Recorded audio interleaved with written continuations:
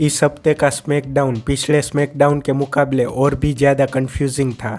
Jimmy Uso को blood line में फिर से शामिल होना है, इसलिए वे पॉल हेमन से बात करते हैं, लेकिन पॉल हेमन कहते हैं कि उनको रोमन रेंस के साथ इसके बारे में बात करनी होगी और वे जिमी ऊसो को कहते हैं कि तुम एजे स्टाइल्स को संभालो, मैं ट्राइबल चीफ से तुम्हारे बारे में बात करूंगा। ऐसा कह के पॉल हेमन वहाँ से जा रहे थे, तब उनको एजे स्टाइल्स मिलते हैं और एजे स्टाइल्स उनकी बातों से गुस्सा हो जाते हैं, लेकिन जिमी ऊसो आकर पॉल हेमन को बचाते हैं। फिर एजे स्टाइल्स द ओसी के बाकी मेंबर्स पर गुस्सा होते हैं क्योंकि पिछले स्मैकडाउन में और इस स्मैकडाउन में वे एजे स्टाइल्स को बचाने नहीं आए और एजे स्टाइल्स उनको अपने मैच में आने से मना करते हैं और वे नहीं आते। क्या इसका मतलब ये है कि ओसी की टीम को WWE तोड़ने वाले हैं? खैर, बाद में मेन इवेंट में एजे स्टाइल्स और जिमी ऊसो का मैच होता है जिसमें पॉल हेमन और सोलो सिकोआ आते हैं और ऐसा दिखाते हैं कि जिमी ऊसो को सोलो की हेल्प चाहिए थी। वे रेफरी को बार बार डिस्ट्रैक्ट करते हैं, लेकिन सोलो एजे स्टाइल्स को नहीं मारते।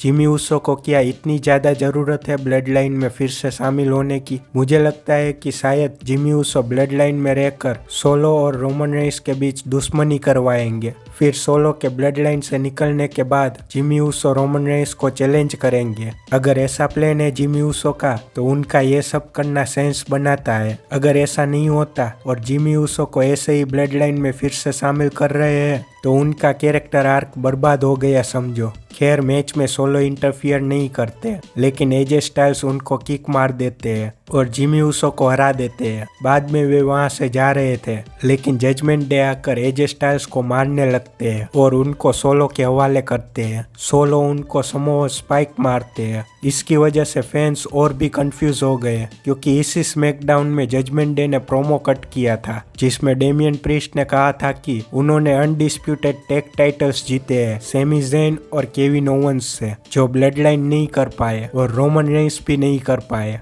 ऐसा कह के वे ब्लड लाइन की हेल्प करेंगे, तो सब कंफ्यूज हो गए ही। देखते हैं कि आगे हमें इसका रीजन मिलेगा या फिर नहीं। जजमेंट डे के प्रोमो में डोमिनिक मिस्टीरियो कहते हैं कि रिया रिप्ली यहाँ पर नहीं है क्योंकि वे इंडिया के सुपरस्टार स्पेक्टेकल में गए थे, जिसकी क्लिप बीच में हमें दिखाते हैं, और जॉन सीना भी इंडिया में आए थे, इसलिए वे इस स्मैकडाउन को अटेंड नहीं कर पाए।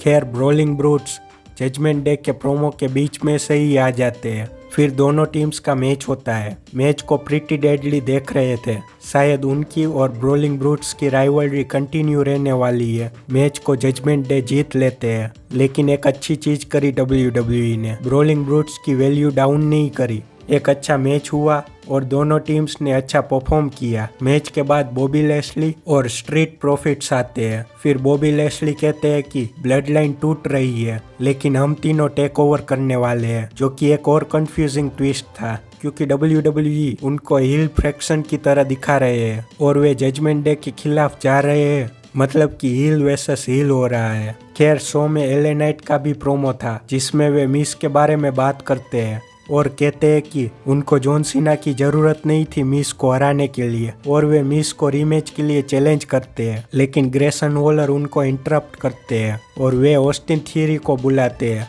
मैंने पिछले स्मैकडाउन के रिव्यू में बताया था कि ऑस्टिन थियरी और ग्रेसन वॉलर एक अच्छी टैग टीम बन सकते हैं और ऐसा लगता है कि WWE ऐसा ही करने वाले हैं। वे दोनों एले नाइट के कैच फ्रेजेस का मजाक उड़ाते हैं। मैं इस टीम के लिए एक्साइटेड हूँ क्योंकि ये दोनों एज अ टीम माइक पर और रिंग पर कमाल कर सकते हैं। फिर एले नाइट और ऑस्टिन थियरी का मैच होता है और मैच में थियरी शख्स के चैंट लग रहे थे, जो ऑस्टिन थियरी के लिए अच्छा है क्योंकि रेसलमेनिया के बाद उनको क्राउड का रिएक्शन नहीं मिल रहा था, लेकिन इस स्मैकडाउन में उनको रिएक्शन मिला। इसका रीजन उनका ग्रेसन वॉलर के साथ प्रोमो कट करना या फिर उनका एले नाइट से मैच करना हो सकता है। खैर, मैच में ग्रेसन वॉलर ऑस्टिन थियरी की हेल्प करने की कोशिश करते हैं, लेकिन एले नाइट ऑस्टिन थियरी को BFT मारकर जीत जाते हैं। फिर एले नाइट एडम पियर्स के पास जाते हैं और उनका मिस के साथ मैच अरेंज करने को कहते हैं, लेकिन जब वे एडम पियर्स के पास गए थे तब पॉल हेमन एडम पियर्स से पूछ रहे होते हैं कि रॉ से कौन सा सुपरस्टार स्मैकडाउन में आने वाला है, लेकिन एले नाइट के वहां पर आ जाने से पॉल हेमन उनको कहते हैं कि दूसरी बार अगर मेरी एडम पियर्स से बात चल रही हो तो दरवाजा नॉक करके आना। इसे ये नहीं पता चल रहा है कि एले नाइट और रोमन रेंस की राइवलरी शुरू होने वाली है या फिर एजे स्टाइल्स और रोमन रेंस की। इस शो में ऐसे बहुत ही कंफ्यूजिंग मोमेंट्स थे। ये शो शुरू हुआ था Charlotte Flair and Shotzi versus Damage Control से, जो कुछ खास नहीं था क्योंकि इस मैच में कई बार ऐसा हुआ कि एक रेसलर दूसरे रेसलर के मुंह का वेट कर रहे थे। शॉर्टसी को इयो स्काई को मारना था, लेकिन इयो स्काई भूल जाते हैं कि कब मारना था। वे मैच में बहुत पहले ही बॉटम रोप पर खड़े हो गए थे। फिर जब बेली टॉप रोप से जंप करने वाले थे तब वे आस्का का वेट कर रहे थे। बाद में आस्का आते हैं और चैंपियनशिप को ले लेते हैं। इसी डिस्ट्रैक्शन की वजह से शार्लेट फ्लेयर और शॉर्टसी जीत जाते हैं और हमें आस्का और इयो स्काई का चैंपियनशिप के लिए मैच देखने को मिलेगा। आपका इस स्मैकडाउन को लेके क्या कहना है, कमेंट में जरूर बताइए।